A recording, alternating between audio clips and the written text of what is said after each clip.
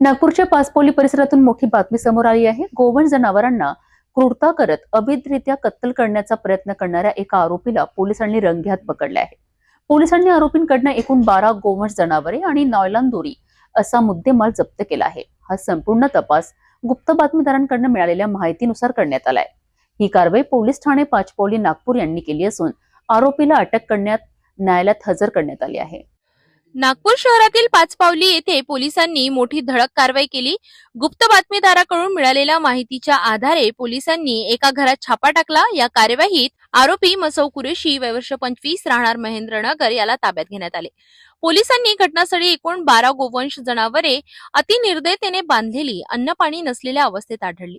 आरोपी ही जनावरे अवैधरित्या कत्तल करण्यासाठी खोलीत बंद करून ठेवत होता, अशी माहिती तपासात समोर आली आहे। पोलिसांनी जनावरांसह नायलॉन दोरी असा एकूण 2,81,900 रुपयांचा मुद्देमाल जप्त केलाय। हा गुन्हा महाराष्ट्र प्राणी संरक्षण अधिनियम 1976 सुधारणा 1995 तसेच भारतीय प्राण्यांना निर्दयतेने वागविण्याचा प्रतिबंधक कायदा 1960 अंतर्गत दाखल करण्यात आला असून आरोपीला न्यायालयात हजर करण्यात आले। ही संपूर्ण कार्यवाही वरिष्ठ अधिकाऱ्यांच्या मार्गदर्शनाखाली पोलीस उपनिरीक्षक राजेंद्र जाधव आणि त्यांच्या पथकाने केली।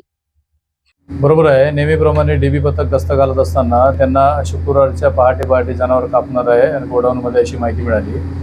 त्याच्यावर डीबी पथक त्या ठिकाणी गेले। खरंच त्या ठिकाणी 11 गायी आणि एक बैल होतं। ते 12 जनावरांना ताब्यात घेऊन गोवंश शाळेत त्यांना पाठवण्यात आले। त्याचा जीव वाचवण्यात आलेले आहे। टोटल 12 जनावरांची किंमत 2,81,000 असा मुद्देमाल आहे। आणि त्याच्यात night officer PSI Jadhav, police हवालदार भटकर, कोकाटे, कोसरे, मनोज, शंकर या लोकांनी ही कारवाई केलेली आहे। तर ह्या पुढेही अशा पद्धतीने जर गोवंश हत्या बंदी अधिनियम हा कायदा अंमलात आल्यापासून ते कारवाई सुरू आहे। तसेच हे जे काही झालेले आहे कंटिन्यू आपली कारवाई सुरू आहे। तसेच पुढे जर भविष्यात अशा पद्धतीची खबर मिळाली की तात्काळ पोलीस दखल घेईल आणि गोवंशाला जीवनदान देईल, अशा पद्धतीने कारवाई सुरू राहील। मरुम बब्बू कुरेशी म्हणून आहे, वय 25 वर्ष, चिरागली चौकात त्याचं गोडाऊन होतं आणि तो राहणारा महेंद्रनगर पाण्याच्या टाकीजवळ आहे। त्याला काल अरेस्ट केलेलं आहे। आज मान्य न्यायालयात पाठवण्यात येईल।